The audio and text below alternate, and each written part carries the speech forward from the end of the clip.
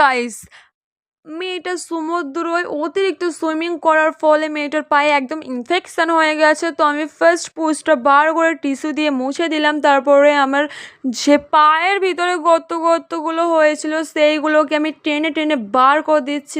তার ভিতরে যে পাথরগুলো ছিল, ঠিক আছে, তো বার করে দেওয়ার পরে আমি টিস্যু দিয়ে এবার ভালো করে পরিষ্কার করে দিচ্ছি। তারপরে যে একটা তোয়ালে পকট করে চলে আসছে, সেই তোয়ালে দিয়ে আমি ভালো করে পাটা ক্লিন করে দিচ্ছি, তার সঙ্গে বডিটা ফ্রি।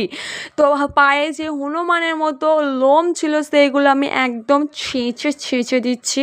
তারপরে একটা পুঁজ বের করা মেশিন নিয়ে এসে আমি টিপে টিপে পুঁজগুলো বার করে দিচ্ছি।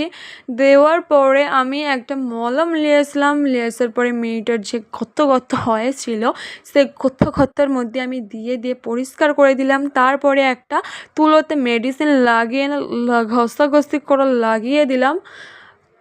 তারপরে আমি মেয়েটার পায়ে যে কালোগুলো ছিল সেইগুলো আমি সরিয়ে দিলাম। তারপরে আমি বডি ওয়াক্স দিয়ে আমি ভালো করে লাগিয়ে ঘষাঘষি করে আমি লাগিয়ে দেওয়ার পরে আমি সেইগুলো আমি তুলে দিলাম, একদম ট্রেনে টেনে তুলে দিলাম। তো পাটা অনেকটা সুন্দর হয়ে গেছে। তারপরে আমি স্প্রেও মেরে দিলাম আমার পায়ের মতো যাতে সুন্দর হয়ে যায়। তো ঠিক আছে, স্প্রেটা মারে দিচ্ছি। ততক্ষণ তোমরা আমার চ্যানেলটাকে লাইক এবং সাবস্ক্রাইব করে দেবে। এখন চকচক করছে একদম তোমাদের পায়ের মতো। তো টাটা।